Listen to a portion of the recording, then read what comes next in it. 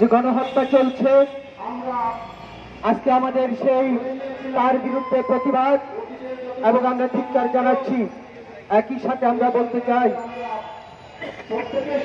সাম্রাজ্যবাদ তার সাম্রাজ্যবাদী স্বার্থে মুক্ত পাচ্ছে, তার আধিপত্যের জন্য, তেলের উপর কর্তৃত্ব প্রতিষ্ঠার জন্য সেখানে যুদ্ধ চালাচ্ছে এবং একটা জনগোষ্ঠী, ফিলিস্তিনি জনগোষ্ঠীকে নিশ্চিহ্ন করছে। ফিলিস্তিনে যুদ্ধ চলছে না, সেখানে শুধু গণহত্যা চলছে। ফলে দেশে দেশে সাম্রাজ্যবাদ যুদ্ধের যে উন্মাদনা তৈরি করছে, সেই সাম্রাজ্যবাদ এবং পুঁজিবাদ জনগণের শত্রু। ফলে প্রত্যেক দেশে দেশে সাম্রাজ্যবাদ এবং পুঁজিবাদের বিরুদ্ধে লড়াইকে অব্যাহত রাখতে হবে।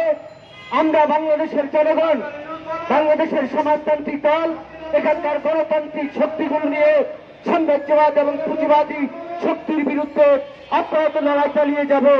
আপনাদের সবাইকে ভাষণ এবং আজকের এই সমাবেশে উপস্থিত হওয়ার জন্য আমাদের দলের পক্ষ থেকে সবাইকে শুভেচ্ছা জানিয়ে আমার কথা শেষ করছি।